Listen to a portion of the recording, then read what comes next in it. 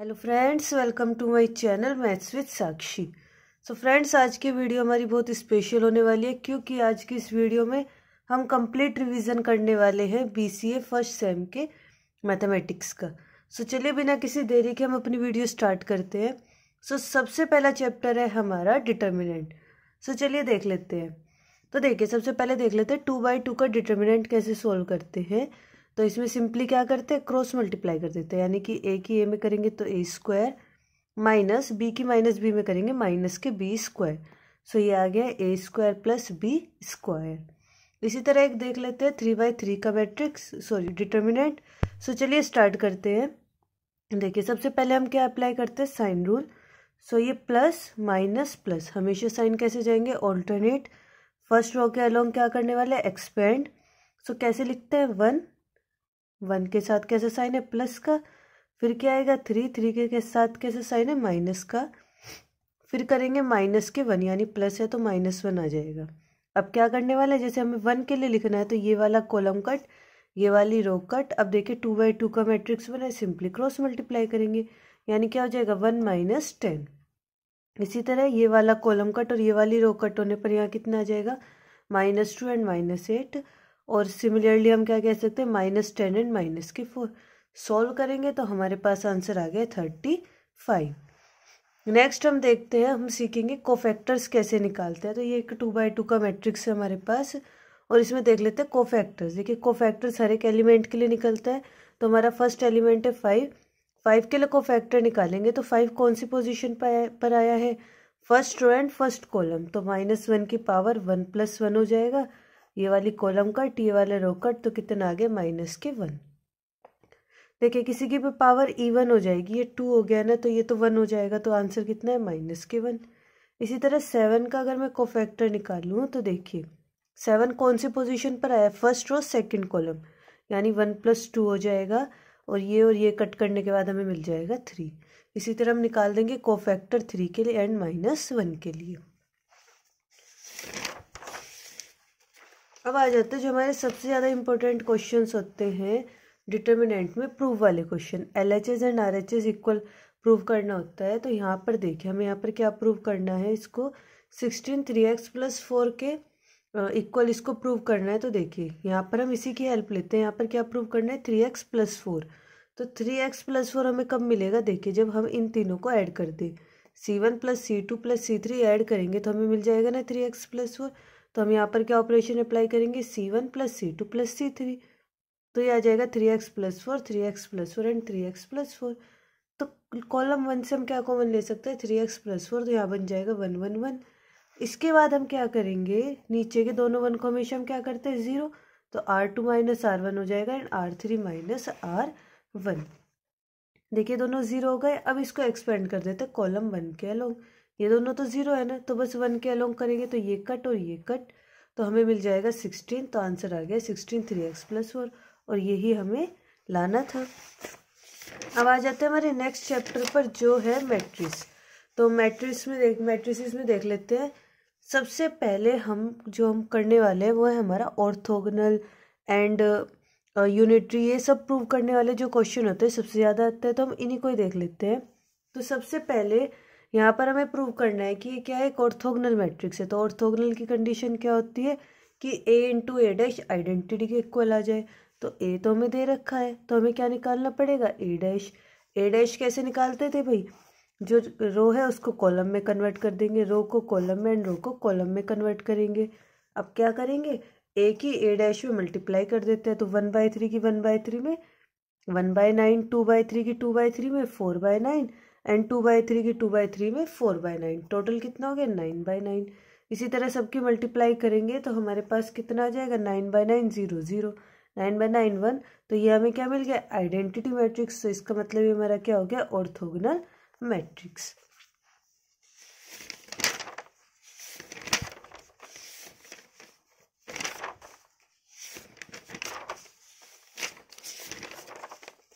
Next हम आ जाते हैं A इनवर्स पर। किसी भी मैट्रिक्स का A इनवर्स कैसे निकालते हैं। तो देखिए यहाँ पर हमें दिया हुआ है A इनवर्स का जो फॉर्मूला होता है वो होता है A इनवर्स इक्वल होता है adjoint of A upon determinant of A के। तो सबसे पहले हम क्या निकाल लेते हैं, डिटर्मिनेंट ऑफ ए। तो डिटर्मिनेंट ऑफ ए अभी सीखा है ना डिटर्मिनेंट कैसे निकालते हैं, तो वैसे ही हमने क्या निकाल लिया, डिटर्मिनेंट ऑफ ए। अब देखिए 0 के इक्वल नहीं आया तो ए इनवर्स एग्जिस्ट करेगा। अब क्या निकाल लेते हैं, adjoint of A. Adjoint of A निकालने के लिए सबसे पहले हमें क्या निकालने पड़ेंगे, कोफैक्टर्स। तो हर एक एलिमेंट के लिए हमने क्या निकाल लिया, कोफैक्टर्स। अब इन सब कोफैक्टर्स को हमें किस में रखना है, एक मैट्रिक्स में रखना है। तो देखिए हम इनको रखते कैसे, 2 - 3 2, तो हम ऐसे रखेंगे 2 - 3 2 2 2 एंड -3 एंड -3 2 एंड 2।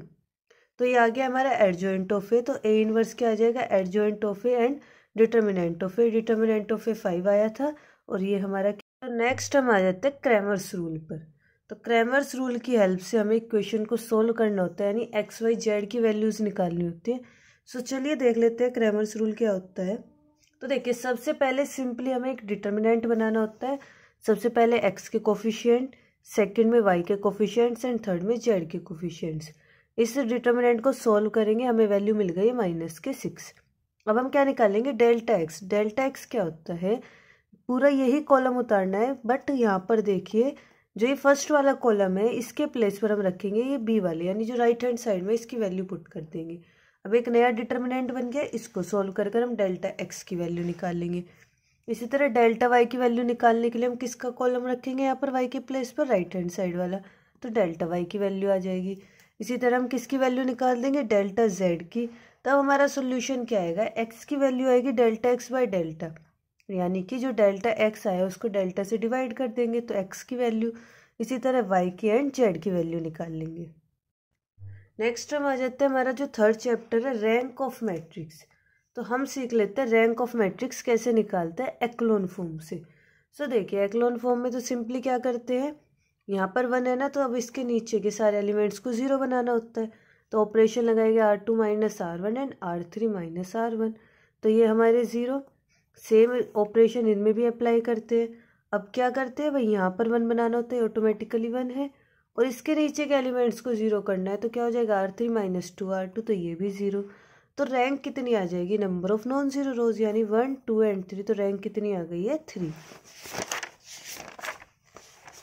नेक्स्ट हम आ जाते हैं, इनवर्स को फाइंड आउट करना है रैंक की हेल्प से। तो देखिए इसमें हम कैसे निकालते हैं, सबसे पहले हम लेकर चलेंगे A = I A के। तो A ये रहा हमारा, I क्या होता है, आइडेंटिटी मैट्रिक्स 1 0 0 0 1 0 एंड 0 0 1, और इनटू में कितना आ गया है A।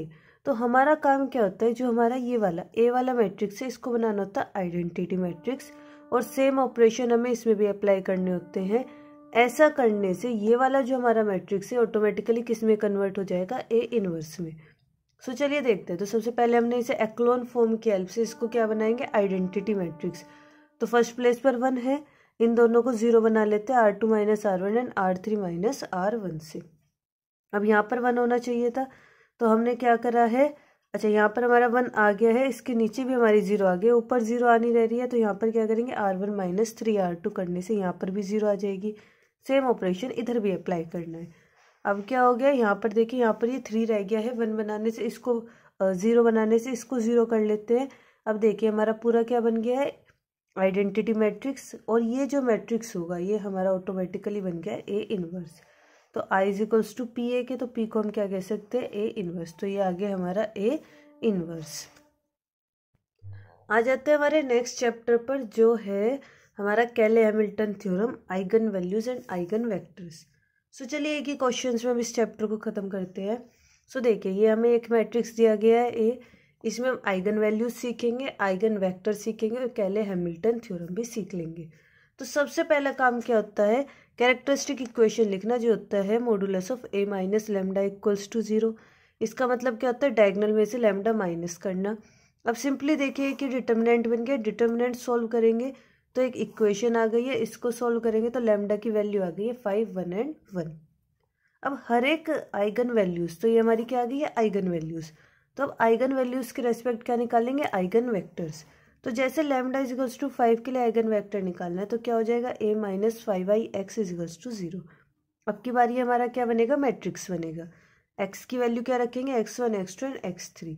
अब यहाँ पर हमारा काम क्या है, जो ये मैट्रिक्स है ये वाला, इसको हमें किस में कन्वर्ट करना पड़ेगा, इसको रैंक ऑफ मैट्रिक्स यानी एक्लोन फॉर्म की हेल्प से हम इसकी रैंक निकालेंगे। देखिए हमने क्या करा, इसमें एक्लोन फॉर्म लगाया है, उसकी हेल्प से ये देखिए ये हमारा बन गया है यहाँ पर 0 0 एंड 0। इसे एक्लोन फॉर्म में हमने कन्वर्ट कर लिया है। अब हम क्या करेंगे, सिंपली देखिए इसकी इसमें मल्टीप्लाई करेंगे 0 के इक्वल, इसकी इसमें मल्टीप्लाई करेंगे 0 के इक्वल। तो ऐसा करने से हमें दो इक्वेशन मिल जाएंगी। इन्हें सॉल्व करेंगे तो हमें x1 x2 x3 की वैल्यू मिल गई है। तो ये आ गया हमारा कोरस्पॉन्डिंग आइगन वेक्टर। इसी तरह हम किसके लिए निकाल लेंगे, लैम्डा इज इक्वल्स टू 1 के लिए।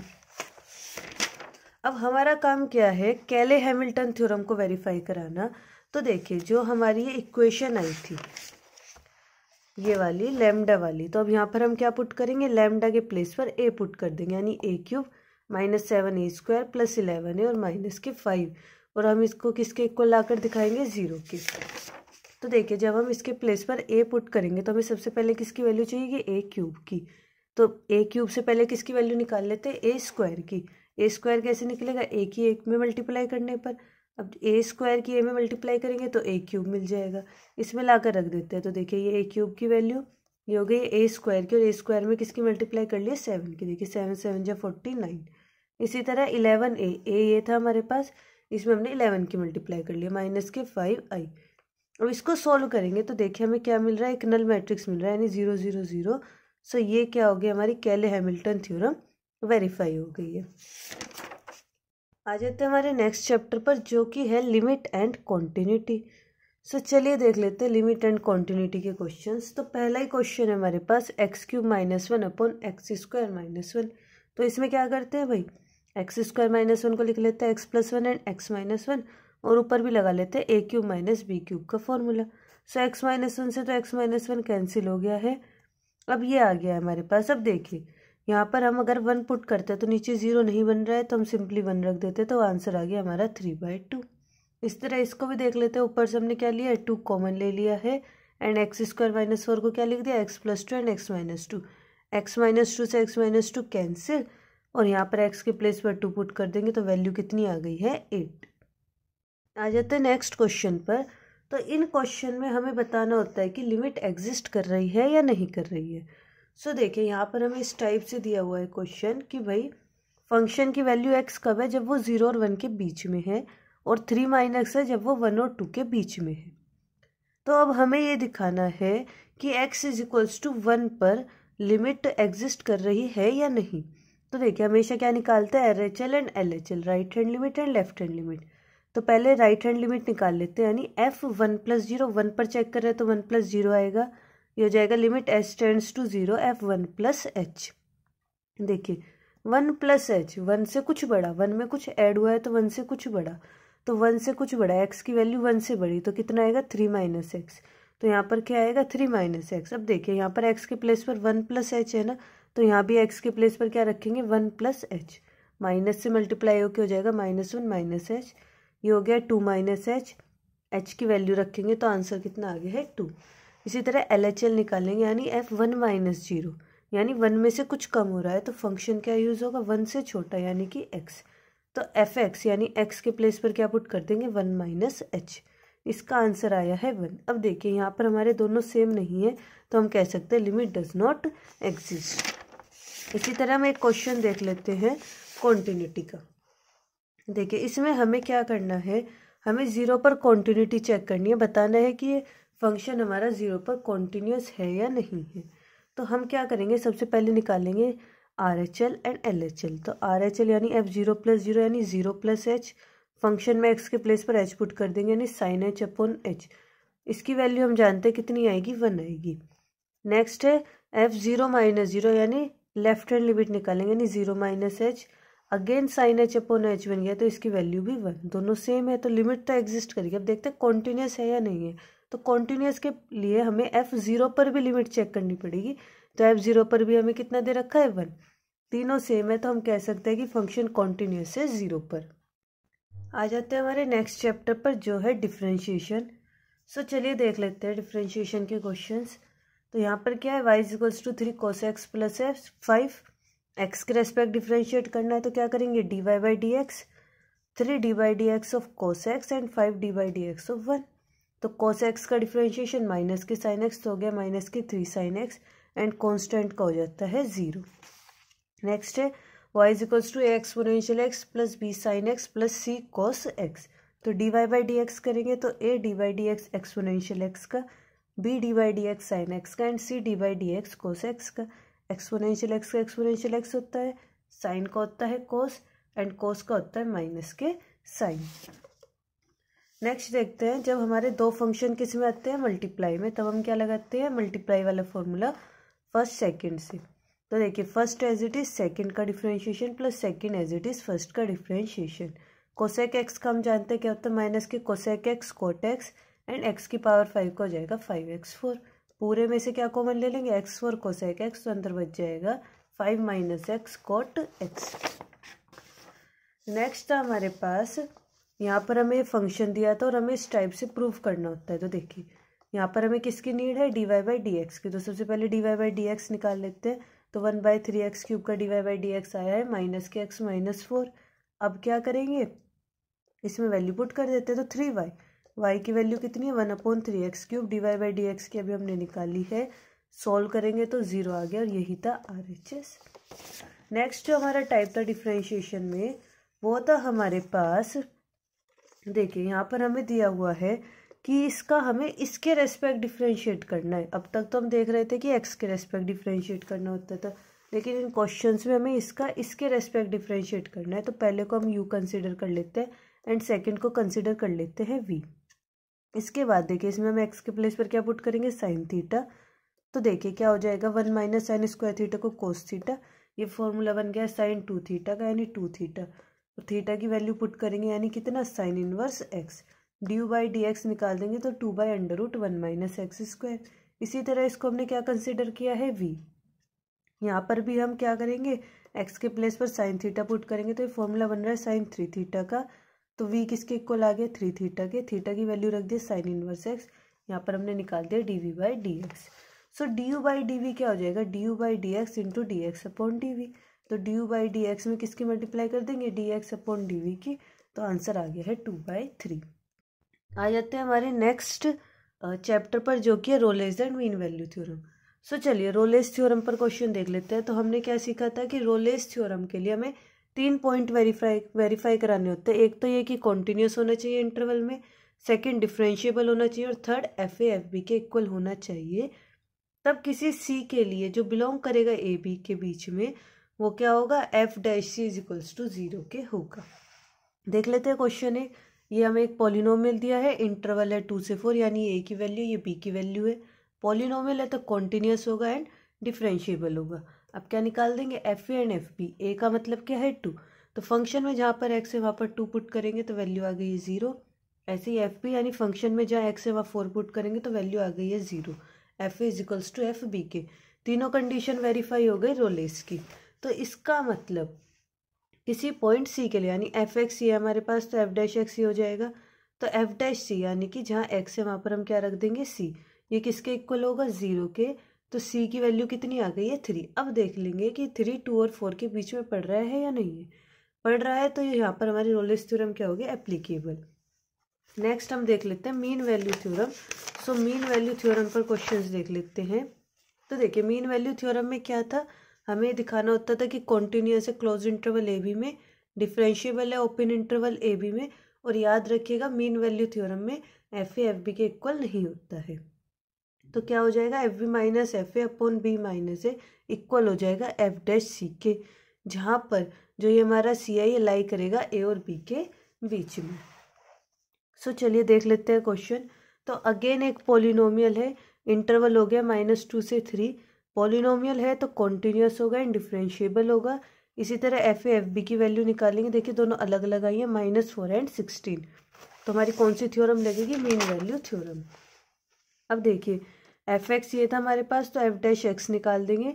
अब क्या निकाल देंगे एफ डैश सी। तो f b minus f a upon b minus f dash c के इक्वल। एफ बी अभी निकाला था, एफ ए भी निकाला था और बी माइनस से एफ डैश सी क्या है 3c² - 3।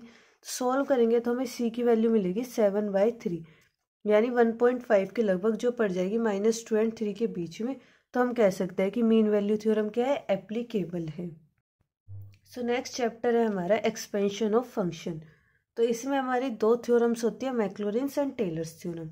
तो मैक्लॉरिन्स थ्योरम देख लेते हैं। F x is equals to F0 plus x by factorial and f dash zero plus x square by factorial two f double dash zero x cube by factorial 3 f triple dash zero and so on x n by factorial and f n zero. Taylor's theorem हमारी क्या होती है, f a plus h is equals to f a plus h f dash a and so on h n upon factorial and f n ए।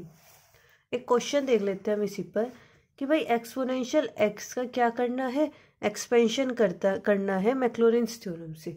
तो देखिए F x exponential x हो गया, साथ साथ F0 निकाल लेंगे जो आया है 1। अब क्या करेंगे, डिफरेंशिएट कर देंगे सक्सेसिवली। तो देखिए एफ डैश एक्स निकालेंगे exponential x, double dash x निकालेंगे एक्सपोनेंशियल एक्स, एन टाइम्स निकालेंगे तो एक्सपोनेंशियल एक्स। अब क्या करेंगे, एक्स के प्लेस पर 0 पुट करेंगे तो एफ डैश जीरो भी 1, डबल डैश जीरो भी 1 एंड एफ एन जीरो भी क्या हो जाएगा 1। अब ये सारी वैल्यूज उठाकर किस में रख देंगे, मैक्लॉरिन्स सीरीज में। तो एक्सपोनेंशियल एक्स की वैल्यू कितनी आ जाएगी, 1 plus x square by factorial 2 and so on x की power n by factorial n। Next chapter है हमारा मैक्सिमा एंड मिनिमा। तो इस पर भी क्वेश्चन देख लेते हैं। तो कह रहा है कि मैक्सिमम एंड मिनिमम वैल्यू निकालनी है इस फंक्शन पर। तो देखिए फंक्शन हमें एफ एक्स दिया है, सबसे पहले क्या निकालेंगे, एफ डैश एक्स, तो डिफ्रेंशिएट कर देंगे। फिर क्या निकालेंगे, एफ डबल डैश एक्स, यानी अगेन डिफ्रेंशिएट कर देंगे। अब देखिए मैक्सिमम और मिनिमम वैल्यू के लिए क्या करते हैं, एफ डैश एक्स को 0 के इक्वल रख देते हैं। तो एफ डैश एक्स हमारा ये आया था, इसको 0 के इक्वल रखेंगे। देखिए क्वाड्रेटिक इक्वेशन, इसको सोल्व करेंगे तो हमें एक्स की दो वैल्यूज मिल जाएंगी, 1 एंड 1/3। तो अब देखिए at x is equals to 1 पर हम f double dash x check करेंगे, यानी कि एफ डबल डैश एक्स में 1 रख कर देखेंगे। ये आया है पॉजिटिव, अगर पॉजिटिव आया तो फंक्शन हमारा मिनिमम होगा किस पर, 1 पर। मिनिमम वैल्यू निकालने के लिए जो हमें फंक्शन दिया गया था उसमें हम एक्स के प्लेस पर क्या रख देंगे, 1, तो मिनिमम वैल्यू आ गई है 6। नेक्स्ट हमारा क्या आया था, एक्स की वैल्यू 1/3। अब 1/3 पर f double dash x check करेंगे, जो कि आया है नेगेटिव। इसका मतलब फंक्शन कैसा होगा, मैक्सिमम होगा 1/3 पर। मैक्सिमम वैल्यू निकालने के लिए एक्स के प्लेस पर क्या पुट करेंगे, 1/3, तो ये आ गई है 166/27। आ जाते हैं नेक्स्ट चैप्टर पर, जो कि है हमारा इनडिटर्मिनेट फॉर्म। तो इनडिटर्मिनेट फॉर्म में हमारा क्या था, एल हॉस्पिटल रूल अप्लाई होना था। सो चलिए इसको देख लेते हैं। देखिए अगर हम ये डायरेक्ट लिमिट रख देते हैं एक्स के प्लेस पर 0, तो देखिए 1 - 1 0 हो जाएगा और अपोन में 0, यानी 0/0 फॉर्म बन रही है। तो यानी हम क्या अप्लाई करेंगे, L hospital rule. And L hospital rule क्या कहता है, ऊपर का ऊपर डिफ्रेंशिएशन एंड नीचे का नीचे। तो देखिए 1 का तो 0 हो गया है, √1 - एक्स स्क्वायर का क्या होएगा, 1/2 √1 - x square and minus x square को जाएंगे माइनस के 2x एंड एक्स स्क्वायर का 2x काट देंगे तो ये आ गया हमारे पास। अब देखिए यहाँ पर क्या हुआ, एक्स से एक्स कैंसिल। अब यहाँ पर हम वैल्यू रख सकते हैं एक्स के प्लेस पर 0, तो कितना आ गया, 1/2। नेक्स्ट क्वेश्चन देखते हैं। यहाँ पर देखिए यहाँ पर क्या है, limit x tends to 0 10x - sin x upon x cube. Again अगर हम x के प्लेस पर 0 रखते हैं तो 0/0 फॉर्म बन रही है। एल हॉस्पिटल रूल अप्लाई करेंगे तो 10x का sec square x and sin x का कोस एक्स, एक्स क्यूब का हो गया 3x²। तो अब भी अगर हम रखते हैं वैल्यू तो 0/0 फॉर्म बन रही है। Again L hospital rule apply करेंगे, फिर से 0/0 फॉर्म बन रही है, तो फिर से एल हॉस्पिटल रूल अप्लाई करेंगे। तब तक अप्लाई करते रहेंगे जब तक डिनोमिनेटर में से एक्स नहीं खत्म हो जाता है। तो देखिए यहाँ पर एक्स खत्म हो गया है। अब एक्स के प्लेस पर 0 रख देंगे तो वैल्यू कितनी आ गई, 1/2। नेक्स्ट अब आ जाते हैं जब हमारी फॉर्म बनती है इन्फिनेटिव माइनस इन्फिनेटिव। तो देखिए इन्फिनेटिव माइनस इन्फिनेटिव फॉर्म बन रही है, लेकिन हम जानते हैं कोसेक एक्स को 1 अपॉन साइन एक्स लिख सकते हैं एंड कोट एक्स को लिख सकते हैं cos x upon sine x. LCM लेते हैं तो क्या आ जाएगा, 1 - cos x upon sine x. अब 1 - कोस एक्स के प्लेस पर क्या लिख सकते हैं, देखिए 2 sin² x/2 and sine x के प्लेस पर क्या लिख सकते हैं, 2 sin x/2 cos x/2। Solve करेंगे तो sin x/2 cos x/2, ये हो गया 10x/2। अब यहाँ पर 0 पुट करेंगे तो कम्प्लीटली क्या हो जाएगा, 0। नेक्स्ट फॉर्म में हमारी जब हमारी 1 की पावर इन्फिनेटिव बन जाए, तो इस केस में हम क्या करते हैं, देखिए sin x की पावर 10x, तो ये क्या बन रहा है, 1 की पावर इन्फिनेटिव। तो हम दोनों तरफ का ले लेते हैं लोग, तो log y किसके इक्वल हो जाएगा, 10x log sin x के। अब देखिए log sin x as it is upon में आ जाएगा cot x। 10x को क्या लिख सकते हैं, 1 अपॉन cot x। 0/0 फॉर्म बन रही है तो अप्लाई कर देंगे एल हॉस्पिटल रूल। तो एल हॉस्पिटल रूल अप्लाई करने से सिंपल हो जाएगा। अब यहाँ पर x के प्लेस पर π/2 रखेंगे तो वैल्यू आ गई है 0। तो log y 0 के इक्वल, एंटी लॉग लेंगे तो y किसके इक्वल आ जाएगा 1 के। नेक्स्ट चैप्टर पर आ जाते हैं जो कि हमारा इंडेफिनिट इंटीग्रेशन। तो इंटीग्रेशन के क्वेश्चंस देख लेते हैं। देखिए x की पावर 8 का इंटीग्रेशन कैसे करते हैं, x की पावर n+1 क्या होता है फॉर्मूला, x की पावर n का x की पावर n+1 अपॉन n+1, तो कितना हो जाएगा x की पावर 9/9 एंड प्लस में आ जाएगा c। इसी तरह log x का कैसे करेंगे, देखिए log बेस में x अपॉन इंटू में x। देखिए कैसा होता है log x, ये वाला log x कहाँ चला जाएगा, डिवाइड में 1 आ गया और 1 का इंटीग्रेशन हो जाएगा x+c। नेक्स्ट देखते हैं x+2 की क्यूब का इंटीग्रेशन करना होता है। देखिए इन क्वेश्चन में क्या करते हैं, x+2 को t कंसिडर करेंगे तो x का dx एंड t का हो जाएगा dt, तो t³ dt हो जाएगा। t³ का क्या होगा t4/4 एंड प्लस में कितना आ जाएगा c, और लास्ट में किसकी वैल्यू पुट कर देंगे x की, यानी t के प्लेस पर क्या रख देंगे x+2। नेक्स्ट है हमारा जो हमारा 2 की मल्टीप्लाई में आ जाए, यानी कि 2 फंक्शन x की मल्टीप्लाई में हो, तब हम क्या करते हैं, देखिए यहाँ पर x² को 2 पुट करेंगे तो क्या हो जाएगा 2x dx dt, तो इसको क्या लिख सकते हैं exponential t dt, x dx के प्लेस पर क्या लिख सकते हैं 1/2 dt, सो हो जाएगा 1/2 एक्सपोनेंशियल t प्लस c, और लास्ट में किसकी वैल्यू रख देंगे t की, यानी कि x²। नेक्स्ट आ जाते हैं, देखिए अब यहाँ पर हमारा फर्स्ट सेकंड वाला फॉर्मूला लगेगा क्योंकि 2 फंक्शन किस में मल्टीप्लाई में, तो first as it is second का इंटीग्रेशन माइनस इंटीग्रेशन फर्स्ट का डिफरेंशिएशन सेकंड का इंटीग्रेशन, तो एक्सपोनेंशियल x का इंटीग्रेशन एक्सपोनेंशियल x का डिफरेंशिएशन करेंगे 1, एक्सपोनेंशियल x का integration exponential x, again exponential x का इंटीग्रेशन करेंगे तो एक्सपोनेंशियल x कॉमन ले लेंगे तो क्या हो जाएगा x-1 एंड प्लस में c। नेक्स्ट हम क्वेश्चन देख लेते हैं पार्शियल इंटीग्रेशन पर। तो इसमें क्या था 1/x1, देखिए इन क्वेश्चंस में हम क्या करते हैं, ये जो 1/x-1 x-2 इसको क्या लिख लेते हैं a/x-1 प्लस b/x-2, एलसीएम लेंगे, डिनोमिनेटर से डिनोमिनेटर कैंसिल, तो 1 किसके इक्वल आ जाएगा x-2 प्लस x-1 b के, x के प्लेस पर 2 पुट करेंगे तो b की वैल्यू 1 मिल जाएगी, और 1 पुट करेंगे तो a की वैल्यू मिल जाएगी -1, यहाँ पर लाकर पुट कर देंगे। अब क्या करेंगे भाई, इस पूरे के प्लेस पर इंटीग्रेशन में क्या लिख सकते हैं ये, तो अब 1/x-1 को क्या लिख सकते हैं log x-1 एंड x-2 को log x-2, सो ये कितना हो गया log x-2 upon x-1 and plus में आ गया है c। नेक्स्ट चैप्टर पर जो कि है रिडक्शन फार्मूला। सो देखिए रिडक्शन फार्मूले में क्या होता है, हमें पता होना चाहिए Γ(n+1) किसके इक्वल होता है n के, Γ1 की वैल्यू 1 होती है और Γ1/2 की वैल्यू क्या होती है √π, और Γn+1 हमको क्या लिख सकते हैं factorial n। Most important formula होता है हमारा इंटीग्रल 0 से π/2 sin mx and cos nx dx का Γm+1/2 Γn+1/2 अपॉन में 2 Γm+n+2/2। क्वेश्चन में हमसे कह रहा है कि वैल्यू निकालिए इंटीग्रल 0 से π/2 sin 4x cos² x dx की।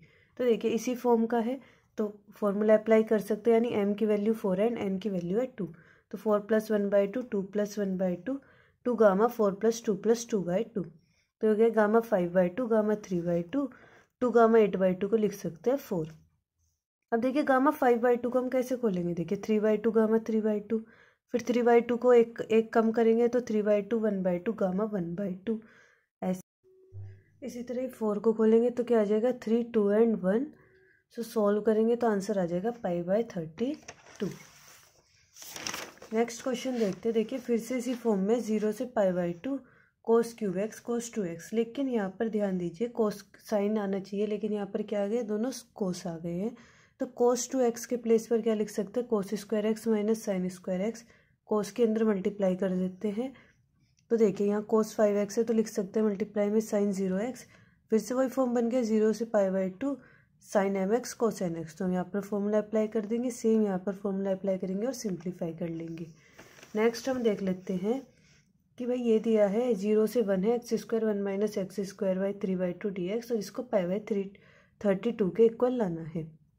देखिए लिमिट क्या है 0 से 1 है, तो हम यहाँ पर क्या करेंगे x के प्लेस पर पुट कर देते हैं साइन थीटा, तो dx कितना हो जाएगा cos theta d theta.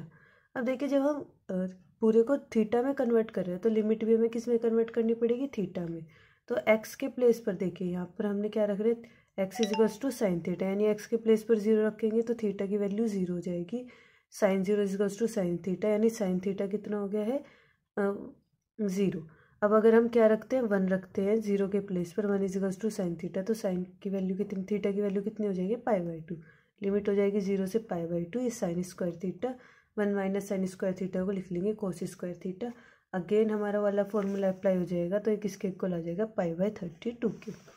Next chapter पर आ जाते हैं, जो कि हमारा गामा एंड बीटा फंक्शन। तो देखिए बीटा mn की वैल्यू क्या होती थी, 0 से 1 x की power m-1, 1 minus x n-1, यहाँ पर m और n दोनों क्या होते हैं, पॉजिटिव। इसी तरह गामा फंक्शन क्या होता है, 0 से इन्फिनिटी एक्सपोनेंशियल माइनस एक्स की पावर n-1 dx।